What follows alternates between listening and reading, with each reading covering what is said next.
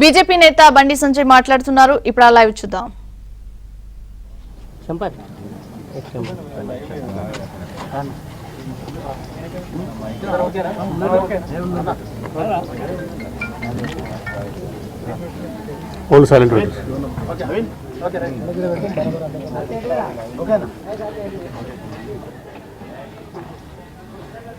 ఈ నెల 22వ తారీఖు నాడు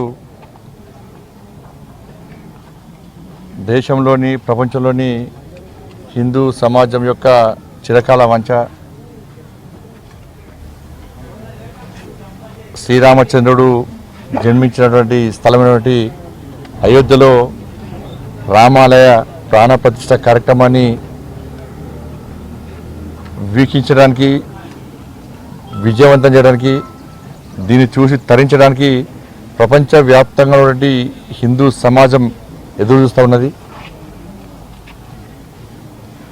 అనేక మంది దేశవ్యాప్తంగా ఉన్నటువంటి హిందూ సమాజం యొక్క సహకారం వలన, ఆర్థిక సహాయం అన్నిటి సహకారం వలన ప్రతి హిందూ యొక్క ఇన్వాల్వ్మెంట్ దీనిలో ఉంది.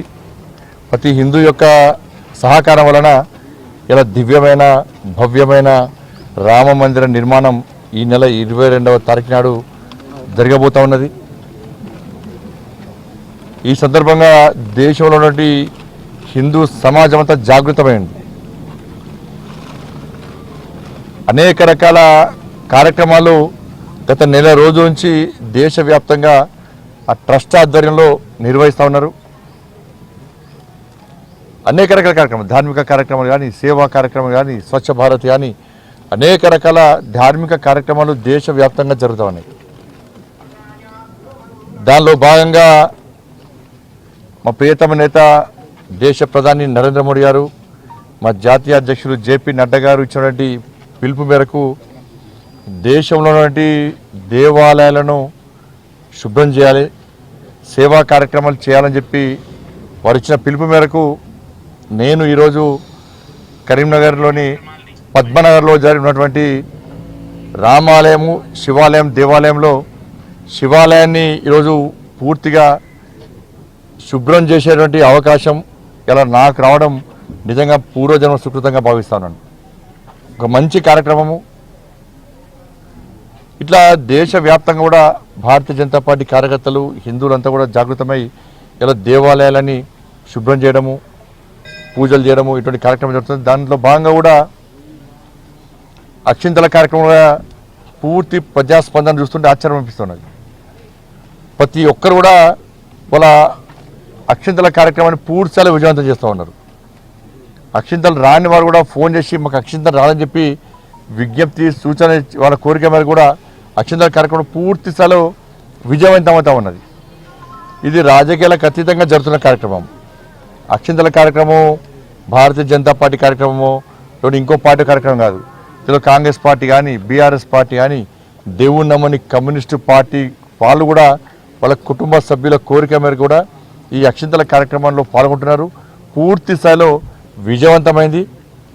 చాలామంది కూడా 22వ తారీఖు నాడు సాయంత్రం ఉదయము స్వామివారి కార్యక్రమంలో పాల్గొనడం, హోమాలు, యజ్ఞాలు చేయడము, సాయంత్రము ప్రతి ఒక్కరు కూడా ఇంటి ముందు 5 జ్యోతులను వెలిగించడం, 5 దీపాలను వెలిగించే కార్యక్రమాన్ని కూడా చేయడానికి ప్రతి ఒక్కరు సిద్ధమై ఉన్నారు. కాబట్టి ఇటువంటి బృహత్తర కార్యక్రమంలో, ధార్మిక కార్యక్రమంలో పాల్గొనే అవకాశం, చూసే అవకాశం ఉండడం నిజంగా ఈ దేశంలోని హిందువుల యొక్క అదృష్టంగా భావిస్తున్నాం మేము.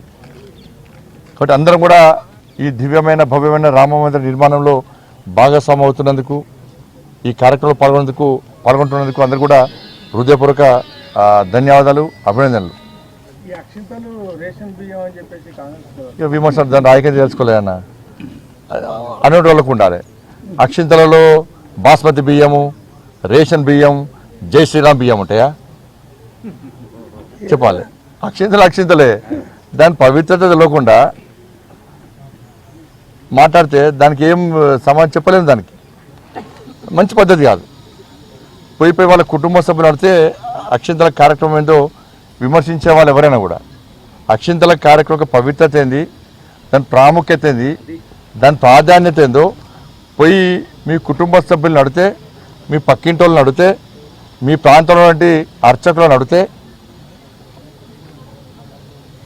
దాని యొక్క ప్రాధాన్యత ప్రాముఖ్యత